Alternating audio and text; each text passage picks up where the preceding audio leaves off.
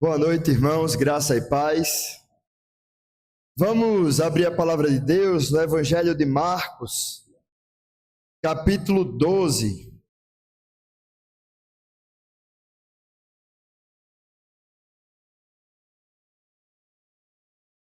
Nós temos caminhado nesse Evangelho e nós chegamos agora no final, praticamente no final desse capítulo.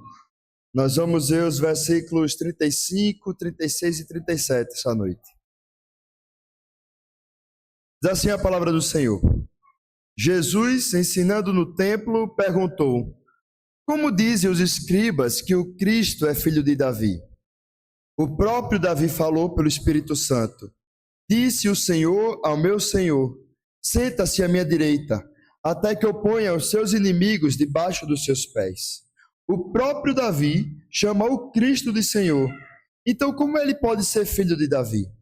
E a grande multidão o ouvia com prazer. Amém. Vamos orar mais uma vez?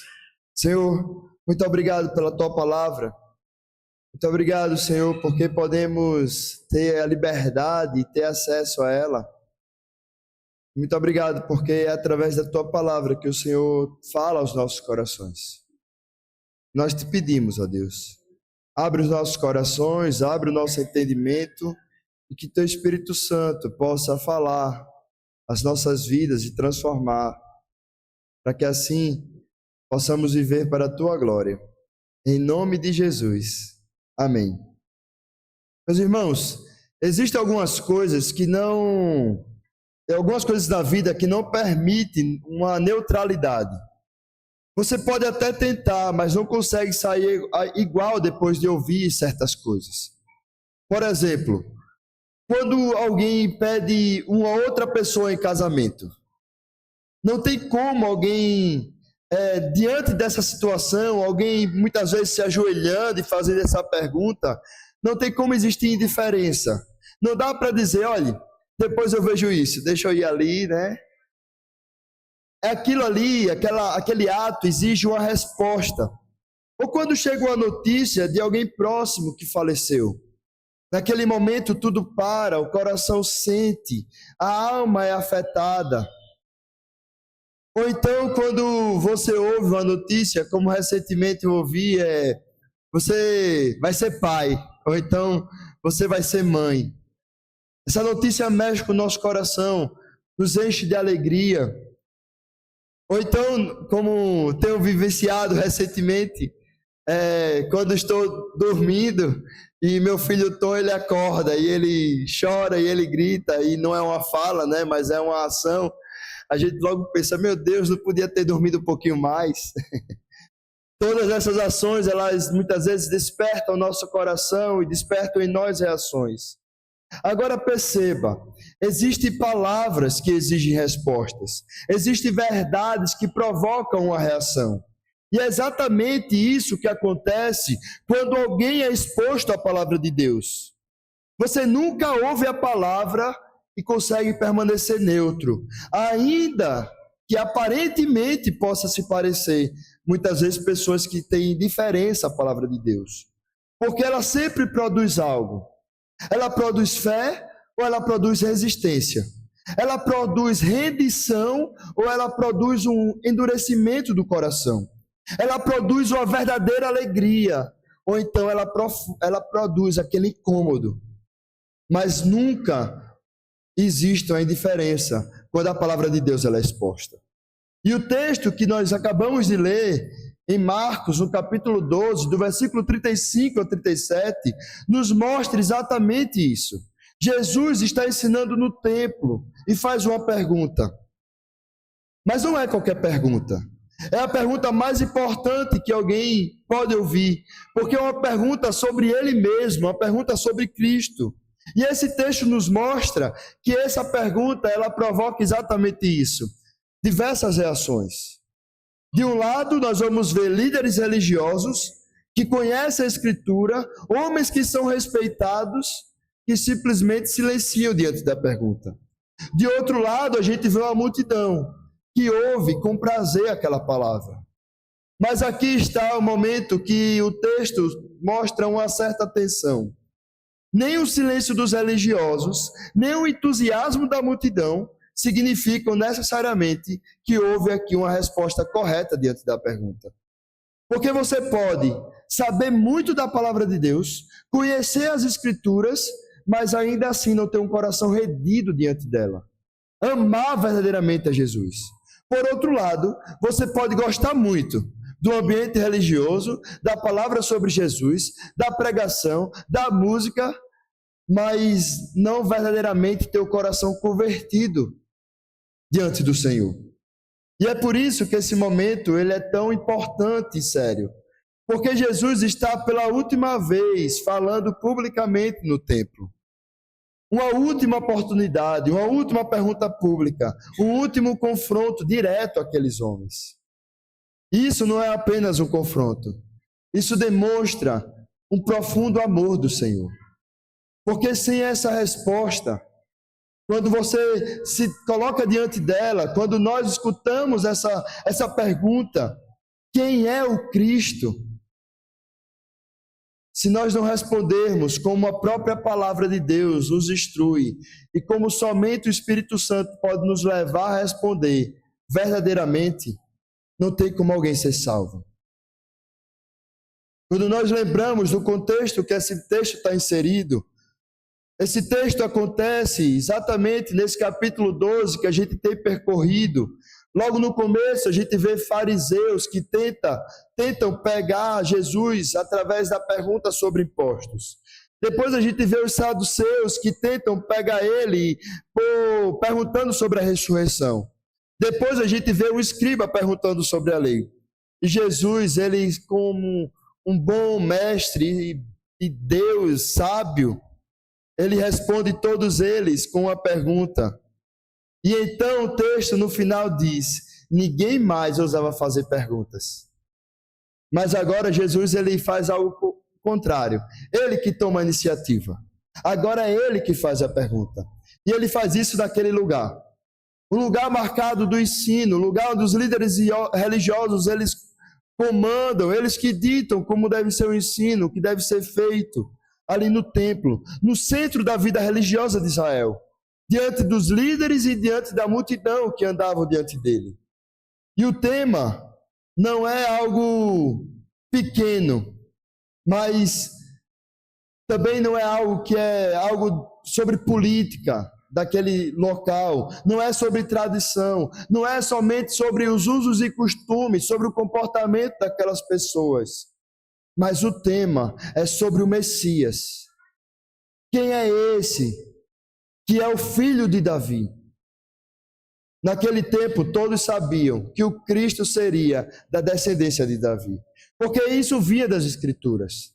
A promessa a Davi, uma esperança messiânica, uma expectativa que todo o povo tinha, que o Messias viesse resgatar. Mas o problema que a gente encontra, percorrendo todo o Evangelho, é que aqueles homens tinham reduzido o Messias. Porque eles esperavam um líder político, esperavam um libertador de Roma, esperavam um restaurador nacional. Quem foi que fez isso? Davi que fez isso. Um rei segundo o coração de Deus. Era isso que eles esperavam, um novo Davi, que viesse juntar um exército, arregaçar as mangas, levantar a espada e tomar novamente o poder. E é exatamente que Jesus entra. Não para negar a Escritura, como a gente vai perceber no texto, que aqui Jesus está falando sobre o Salmo 110, mas ele usa esse texto para poder corrigir a visão que eles tinham sobre esse texto. Não para poder destruir a Escritura, mas para poder revelar qual é o verdadeiro significado. O que é que Deus quer trazer através desse Salmo 110. Por isso que nós vamos ver nessa noite quem Cristo é de verdade. Porque o grande problema não é se você já ouviu falar de Jesus. Graças a Deus, nós vivemos em um país onde nós temos uma liberdade religiosa e certamente você ouviu falar de Jesus em algum momento da sua vida. Mas o problema é, você realmente entende quem Jesus é? Você realmente entende quem é o Messias prometido? Você realmente entende quem é esse Cristo que hoje a gente vê diversas publicações que ressuscitou? Por isso, isso nos leva ao primeiro ponto da pregação. Cristo é aquele que não pode ser reduzido. Olha o versículo 35. Jesus, ensinando do templo, perguntou: como dizem os escribas que o Cristo é filho de Davi? Perceba como Jesus começa. Ele que tem toda a sabedoria e todo o conhecimento, ele que poderia trazer um grande discurso, ele vem simplesmente com uma pergunta. Como dizem os escribas? Ou seja, ele está trazendo à tona qual era o ensino dominante daquela época. O que é que os escribas estavam ensinando sobre o Messias? Qual era o ensino? E a resposta que Jesus traz é que Cristo é o filho de Davi. E até aqui está tudo certo com o ensino. É exatamente isso. Cristo é filho de Davi. Isso não é uma heresia. Isso não é um erro que os escribas estavam cometendo. As escrituras ensinavam exatamente isso, que Deus prometeu a Davi um descendente, um rei que assentaria no trono, um reino que seria estabelecido. O problema aqui é que não é somente isso que eles afirmam, mas é o que eles acabam deixando de afirmar. Porque eles estavam certos, mas eles estavam incompletos. E como isso é perigoso? Porque uma meia-verdade sobre Cristo pode ser tão perigosa quanto a mentira completa. Porque você pode falar palavras pela metade sobre o que Cristo é, mas se você reduz ele, você pode estar cometendo um grande problema. Algo que não agrada a Deus. Porque, como eu disse na introdução, eles estavam reduzindo o Messias. Na mente deles, Messias era um descendente de Davi, estava certo. Mas agora as expectativas começam a desandar. Para ele, o Messias era um líder político, um restaurador nacional e alguém que pisaria sobre aquele império que estava dominando, que era o Império Romano. Seria um anti-César. Eles não estavam esperando o que de fato o Messias veio fazer, que é ser o salvador do pecado. Eles estavam esperando um solucionador dos problemas somente externos. E isso moldou tudo. Mudou a forma como eles leram as Escrituras, mudou as expectativas espirituais que ele tinha e mudou também a forma como eles passaram a rejeitar a Jesus. Eles não rejeitaram a ideia do Messias, eles rejeitaram o verdadeiro Messias. Por que isso? Porque eles rejeitaram aquele que viria ser o Salvador do mundo, aquele que só fez coisas maravilhosas. Às vezes nós fazemos essas perguntas. Como é que alguém pode rejeitar o Senhor Jesus? Aquele que é perfeito, santo, aquele que nos amou de uma forma tão profunda, ao ponto de morrer na cruz. Eles rejeitaram, meus irmãos, porque Jesus não cabia na definição que eles criaram no seu coração e na sua mente. É possível nós também fazermos isso. Crermos em partes verdadeiras sobre Jesus e ainda assim não conhecer Jesus verdadeiramente, profundamente. Porque olhe como está acontecendo hoje. Para muitos, Jesus ele é simplesmente o amor. Mas esquece também que ele é a verdade. Muitos ensinam valores para as pessoas sobre Jesus. Mas esquece também que ele veio não somente para transformar as coisas externas, mas para transformar o profundo no nosso coração. Muitos falam que Jesus ajuda, mas esquece que Jesus ele não veio somente para ajudar, mas ele veio para ser o Senhor da vida. Todas essas palavras, que Jesus é amor, que Jesus ensina valores, que Jesus ajuda, é verdade. Mas quando nós reduzimos Jesus a isso, você cria um Cristo que é incompleto.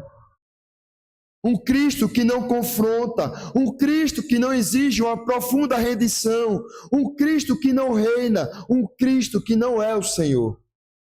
E um Cristo assim não salva. Não tem como salvar. Porque o verdadeiro Cristo não é apenas um exemplo, ele é o Senhor das nossas vidas. Não é apenas um ajudador, ele é o Rei sobre todas as coisas. Ele não é apenas histórico, mas ele é vivo. O problema aqui que Jesus está confrontando é algo que muitas vezes passa de forma imperceptível sobre os nossos olhos. Porque Jesus não está falando sobre algo que está fora da igreja, mas que está dentro da própria igreja. Pessoas que conhecem a Bíblia, pessoas que frequentavam os ritos religiosos, pessoas que tinham uma linguagem correta, mas no coração estava totalmente distante do Senhor. Estava crendo nas suas próprias visões sobre a palavra e não sobre o Cristo e a palavra que revelada para eles. Eles carregavam um Cristo que era reduzido.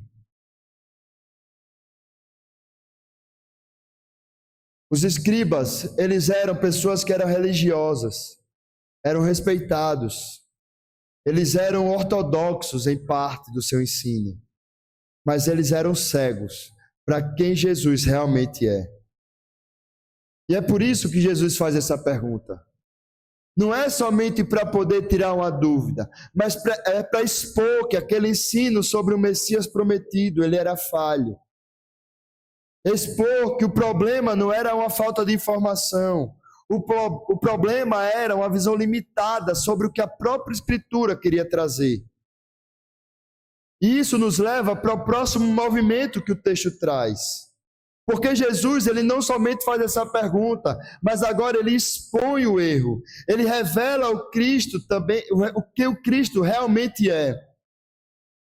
Se os homens, os escribas que estavam ali para ensinar, eles reduzem a Cristo, agora Jesus, ele nos leva a olhar o que a palavra de Deus diz, para mostrar o Cristo como ele realmente é.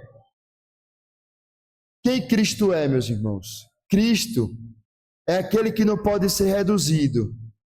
Cristo é aquele que é o Senhor absoluto sobre todas as coisas. Olha o versículo 36. O próprio Davi falou: pelo Espírito Santo disse o Senhor ao meu Senhor: sente-se à minha direita, até que eu ponha os seus inimigos debaixo dos seus pés. Jesus, no primeiro momento, ele expõe a limitação dos escribas. Agora ele nos leva à autoridade final. Qual é a autoridade final sobre tudo que diz respeito ao Senhor? É as Escrituras, é a palavra de Deus. Isso nos ensina já algo maravilhoso e fundamental para a nossa vida. Porque a resposta sobre quem Cristo é não vem daquilo que a gente acha, não vem da cultura, não vem das expectativas humanas e não vem dos ensinos religiosos que muitas vezes podem ser falsos. A revelação de quem Cristo é vem do próprio Deus, vem do próprio Senhor. Davi, movido pelo Espírito Santo, diz a palavra de Deus, lá no Salmo 110. Jesus afirma duas coisas. A primeira é que foi Davi quem escreveu. A segunda foi o Espírito que inspirou. A Escritura é ao mesmo tempo palavra escrita por homens, mas também é a palavra divina. Isso significa que quando nós lemos a palavra, nós não estamos lidando com uma mera opinião, mas nós estamos lidando com a revelação de Deus. É o próprio Deus falando ao nosso coração. É o próprio Deus que usou homens inspirados por Ele para poder escrever a palavra. Palavra que é inerrante, que não tem contradição, que não tem erro, que é totalmente confiável, pura, santa, inspirada para todos os seus desígnios. para ensinar, para exortar, para nos apontar quem é o Messias prometido. É exatamente isso que Jesus faz. Ele pega a palavra de Deus, fonte de autoridade final, e usa o Salmo 110 e diz assim, como diz lá no Salmo: disse o Senhor ao meu Senhor. Nós temos aqui duas pessoas que estão sendo mencionadas. O Senhor, e se a gente olha o texto, como o texto está sendo escrito ali no hebraico, é Yahvé, Deus, e meu Senhor, que significava o Messias. Pense comigo, quem está escrevendo esse texto é Davi. E Davi chama esse Messias de meu Senhor. Isso é completamente inesperado. Porque na cultura deles, o pai, ele é maior que o filho. O ancestral, ele é maior que o descendente. Mas aqui acontece ao contrário. O filho de Davi, que era o Messias que viria, ele é chamado pelo próprio Davi de Senhor. Davi se curva diante do seu descendente. Por que isso acontece? Porque esse descendente não é apenas humano. Aqui Jesus revela algo glorioso. O Cristo, ele é mais do que filho de Davi. Ele é o Senhor de Davi. Ele é homem, descendente de Davi. E ele é Deus, Senhor de Davi. É aquilo que nós estamos ensinando e nós estamos vendo em todo o Evangelho de Marcos. Que Jesus, ele é o Senhor servo. Ele é o Deus encarnado, aquele que caminhou sobre o mesmo chão, que sentiu as nossas dores, que foi traído, que foi humilhado, que foi rejeitado, que sentiu necessidades, mas ainda assim é o Senhor, aquele que cura, aquele que reina, aquele que governa sobre o céu, sobre o mar, aquele que é o único que pode nos salvar. Ele é o Deus homem. E isso não é uma ideia que foi criada nova, mas é algo que já estava sendo revelado pela própria palavra de Deus. Os escribas, eles liam a palavra de Deus, mas eles não enxergavam o que Deus queria falar pela sua palavra. Por isso, meu irmão, não basta apenas a gente ler a Bíblia e querer interpretar da nossa própria maneira. Nós precisamos ler a Bíblia e enxergar Cristo nela. Ver aquilo que o próprio Deus quer falar ao nosso coração. Por isso que nós somos chamados a se deleitar e a meditar na palavra. Para que assim a palavra de Deus possa fazer morada no nosso coração. Para que a gente possa entender a profundidade da palavra. Quantas vezes nós lemos um texto hoje, e se nós lermos amanhã, nós vamos ser ensinados novamente pelo Senhor. Mas Jesus não para por aí. Ele diz assim: assenta-te, que ele senta-se à minha direita. Isso mostra o reinado desse meu Senhor, o reinado de Cristo. Essa linguagem é uma linguagem de entronação, uma linguagem de um lugar de autoridade, um lugar de honra, um lugar de governo. Perceba, o Messias não iria simplesmente conquistar esse lugar, mas ele é colocado ali pelo próprio Yahvé, pelo próprio Deus. Isso muda completamente a expectativa que eles tinham sobre quem seria esse Messias. Porque eles esperavam o Messias que fosse levantar a espada, que ia propor uma guerra, uma revolução, uma conquista política. Mas Deus revela um Messias exaltado, entronizado e soberano.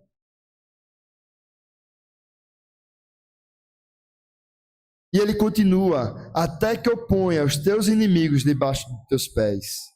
Isso aponta para uma vitória que seria total, o domínio absoluto e a certeza do triunfo da obra do Messias. Jesus, ele já estava reinando, mesmo antes da derrota final dos seus inimigos. Por isso explica o caminho de Jesus. Ele ser rejeitado, ele passar por sofrimento, ele passar pela cruz. Isso não é derrota, meus irmãos. Mas é o caminho para a exaltação do Senhor, do Messias prometido. Então, à luz das Escrituras, quem é o Cristo? Ele é o Filho prometido de Deus. Ele é o Senhor exaltado. Ele é o Rei entronizado. Ele é Deus e Ele é homem. O que é que nós podemos aprender e aplicar essa palavra no nosso coração? Meus irmãos, minhas irmãs, nós não temos o direito de definir quem é Jesus. Nós não podemos ajustar Jesus às nossas expectativas, às nossas vontades, ao nosso desejo, colocar ele em uma caixa como se fôssemos capazes de colocar ele no lugar que a gente pode moldar ele. Nós não podemos reduzir Jesus àquilo que é confortável a nós. Porque o Cristo que é revelado na palavra de Deus, ele é santo, ele é grande, ele é glorioso, ele é exigente. E a pergunta que eu gostaria de trazer para nós temos nos relacionado com o Cristo real ou com uma versão reduzida dele? Com aquilo que nós estamos moldando ele? E agora a gente vai para o último versículo desse texto.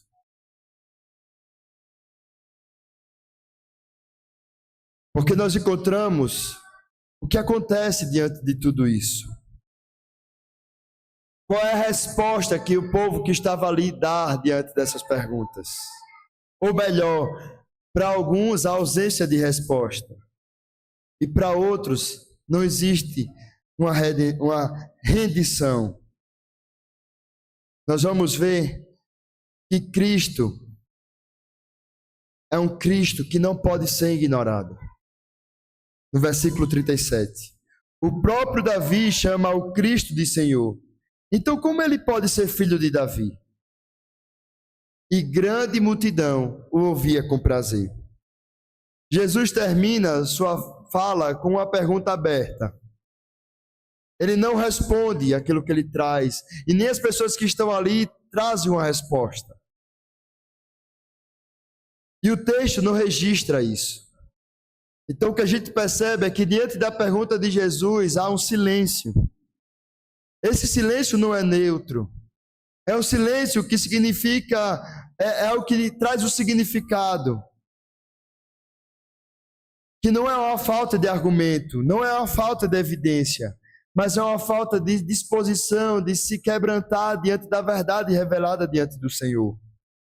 Porque naquele momento, os escribas já tinham tudo o que precisavam. Para eles já conheciam as Escrituras, eles já tinham a interpretação correta, eles já tinham sido confrontados diretamente, mas ainda assim eles simplesmente ficam calados diante daquela situação. Isso nos mostra algo profundo, que é a verdadeira necessidade do ser humano. Não é falta de informação, mas a resistência do coração. Eles não respondem porque reconhecer Jesus como Senhor significa que eles deveriam se submeter a Ele. Eles não respondem porque significaria que eles teriam que abandonar a sua posição. Porque se eles falassem que Jesus era o Messias prometido, todo o sistema religioso agora também iriam contra eles. Eles não respondem, porque se eles falassem que Jesus eles eram o mestre, eles abririam mão de controlar a sua vida e as coisas com as suas próprias mãos. E eles não estavam dispostos a abrir mão de tudo isso. Por outro lado, a gente vê uma grande multidão. A multidão que ouvia com prazer. E agora parece que nós temos, diante de um contraste negativo, que possivelmente os escribas que estavam ali ouvindo o que Jesus estava falando, ficaram em silêncio. Agora a gente vê uma multidão que ouvia com prazer as palavras de Jesus. De um lado a gente vê o silêncio dos líderes, e do outro a gente vê esse prazer da multidão. E aqui está também o perigo. Porque ouvir com prazer não é o mesmo que crer. A multidão gostava de Jesus. Por onde Jesus ia, se a multidão soubesse onde ele estava, ia junto. Corria atrás, queria ver mais ele. A multidão gostava de ouvir Jesus, de ouvir a sua sabedoria, de ouvir a sua autoridade, de ouvir as suas palavras. Mas, mais uma vez, gostar não é se render. E nós sabemos disso. Porque se você sabe um pouquinho das Escrituras, se você sabe um pouquinho da história de Jesus, essa mesma multidão é aquela que em poucos dias estariam ali gritando: crucifica-o, crucifica-o. Isso é assustador, meus irmãos. Porque mostra que alguém pode admirar a Jesus, pode ter prazer e se emocionar com as palavras, pode gostar até de ouvir os sermões, a palavra de Deus, e ainda assim rejeitar Cristo. O texto nos mostra 2 tipos de respostas. O erro dos escribas, que conhecem e rejeitam, e o erro da multidão, que gosta das palavras, mas não querem se comprometer. Esses 2 grupos é muito presente no nosso dia a dia ainda hoje. Talvez esteja nesse momento ouvindo essa mensagem. Pessoas como os escribas, que sabem muito da palavra, que estudam, que conhecem a doutrina, mas não sabem se render aos pés do Mestre. Pessoas como a multidão, que gostam de ouvir, se sentem bem ouvindo a palavra de Deus, até se emocionam, mas não obedecem, não se submetem ao senhorio de Cristo. Por isso, nenhuma dessas 2 respostas ela é suficiente. Porque Jesus, ele não está buscando nossa admiração. Jesus, ele não está buscando a nossa aprovação diante daquilo que ele faz. E muito menos, Jesus, ele não está buscando o interesse. O que Jesus, ele veio fazer, ele veio salvar os pecadores. Ele veio transformar o coração de pedra em coração de carne, que antes não amava ao Senhor e agora passa a amar ao Senhor. Que antes lia a palavra para simplesmente obter conhecimento, mas agora ler a palavra para conhecer mais a Deus e se submeter a ela. Por isso, a pergunta que Jesus faz continua ecoando ainda hoje. Quem Cristo é para você?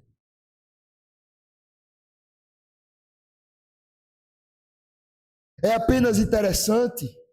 É apenas útil? É apenas inspirador? Ou então, como muitos falam, é tudo? Mas o que é esse tudo? O que Jesus ele quer ser, meus irmãos, para você? Ele quer ser o seu Senhor. Ele quer ser o seu Salvador. Ele quer ser o seu mestre. Ele quer ser o seu amigo. Ele é o Messias prometido. Porque se Ele é o Senhor, nós não podemos negociar com Ele. Se Ele é o Senhor, nós não adaptamos Ele à nossa vida. Se Ele é o Senhor, não é a gente que controla essa relação com Ele. Nós simplesmente nos rendemos e nos quebrantamos diante dEle. O texto, ele termina sem a resposta dos homens, mas não termina sem a resposta de Deus. Porque alguns dias depois, como a gente vai ver, caminhando pelo Evangelho, aquele que foi chamado de Senhor seria crucificado, mas depois, ao terceiro dia, ele seria exaltado. exatamente confirmando aquilo que ele estava ensinando. Ele é o filho de Davi e ele é o Senhor de Davi. Ele é o rei. Por isso, meus irmãos, eu gostaria de trazer algumas lições para nós no dia a dia. Nós precisamos examinar a Jesus no nosso dia a dia. Não é apenas o que nós afirmamos, mas é como nós vivemos. Porque muitas vezes dizemos que Jesus ele é o Senhor, mas na prática nós não vivenciamos isso. Nós queremos sempre tomar o controle de Jesus. Nós queremos decidir sempre o que é melhor para nós. Nós queremos sempre fazer as coisas sem consultar a Ele. Nós devemos também nos submeter a uma leitura da nossa vida, a palavra. Nós devemos ler a palavra de Deus. Porque os escribas, eles erraram, porque eles interpretaram a escritura a partir do que eles queriam. E hoje, nós podemos também fazer isso. Não como os escribas fizeram, matando ali Jesus e rejeitando totalmente Jesus. Mas muitas vezes é de forma sutil. Muitas vezes nós lemos a palavra, mas nós filtramos aquilo que nós queremos guardar no nosso coração. Nós ouvimos a palavra, mas nós não queremos nos submeter a ela. Nós só queremos aplicar na nossa vida a palavra quando é algo confortável para nós. Mas quando a palavra de Deus nos tira do nosso conforto, a gente já diz que essa palavra não é para mim, a gente pensa logo no outro irmão, que diz, ele deveria estar aqui para ouvir isso. Mas, meu irmão, se o Senhor te trouxe aqui, foi para ouvir essa palavra. Por último, cuidado com a fé baseada apenas em gostar. Porque a multidão ouvia com prazer, mas isso não demonstrou uma atitude de transformação. Porque isso é muito comum, meus irmãos.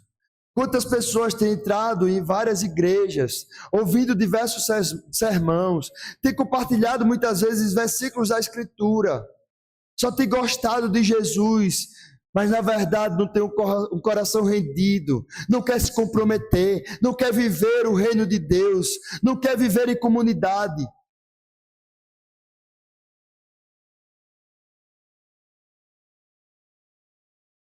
Existe uma forma muito simples de a gente avaliar isso. O sermão que você ouviu da última vez mudou alguma coisa na sua vida? Como você reagiu diante desse sermão? Porque, meus irmãos, ouvir sem obedecer endurece o nosso coração aos poucos. E quando a gente percebe, já não queremos mais nos submeter à vontade de Deus. E isso é perigoso. Por isso, o chamado do Senhor é para que a gente possa responder a Cristo com verdadeira rendição. Porque Jesus, ele não está querendo ouvintes interessados. Ele não está querendo admiradores sinceros. Ele não está querendo simpatizantes da mensagem. Ele está chamando discípulos. E o discipulado, ele envolve negar a si mesmo, tomar a cruz e seguir o Senhor. Lá no começo, nós falamos que existem coisas da vida que não permitem diferença. A notícia que nós ouvimos essa noite, nós também não temos como responder com indiferença. Porque nada é mais sério do que ouvir a palavra de Deus. Porque quando Jesus fala, ele não está apenas informando, ele está trazendo verdades do alto ao nosso coração. Por isso, nós precisamos responder ao Senhor diante daquilo que Ele nos traz a responder essa noite. Que possamos não somente continuar ouvindo a mensagem do Senhor, mas que possamos verdadeiramente nos render e nos quebrantar diante dEle, do nosso Mestre.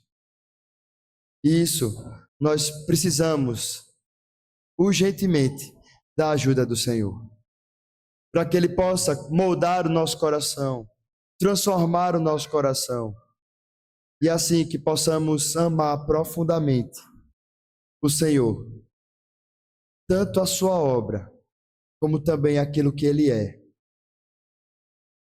para que assim possamos nos submeter profundamente a Ele. Vamos orar? Vamos falar com o Senhor? Santo Deus, muito obrigado pela Tua palavra, Senhor. Muito obrigado, ó Deus, porque diferente dos escribas que tinham somente uma parte da Tua palavra revelada, nós temos a Tua palavra por completo. E nós podemos, ó Deus, nos deleitar, aprender mais de Ti. Nós podemos, ó Pai, ouvir aquilo que o Senhor quer para nós. Nós podemos conhecer mais o Senhor.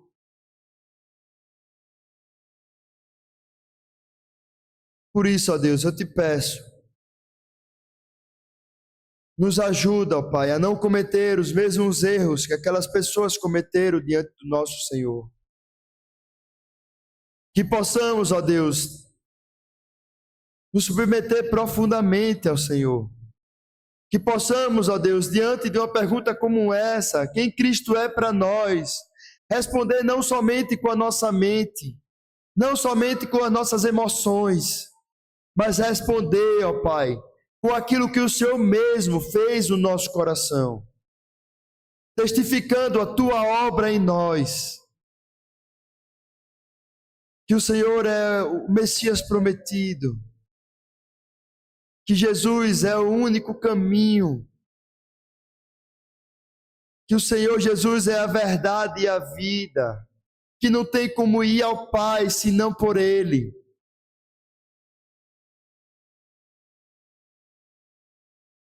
Que Jesus caminhou sobre esse chão, morreu e ao terceiro dia ressuscitou.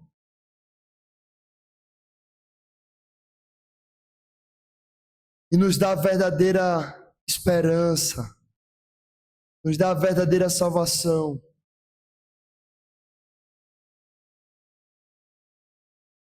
Senhor, eu te peço que o Senhor continue, ó Deus, operando nos nossos corações, para que possamos, ó Deus, estar sempre nos submetendo a Ti. Que assim, ó Deus, possamos responder essa pergunta também com toda a nossa vida, com toda a nossa existência, para a Tua glória, que Teu nome seja glorificado, Senhor. Em nome de Jesus. Amém.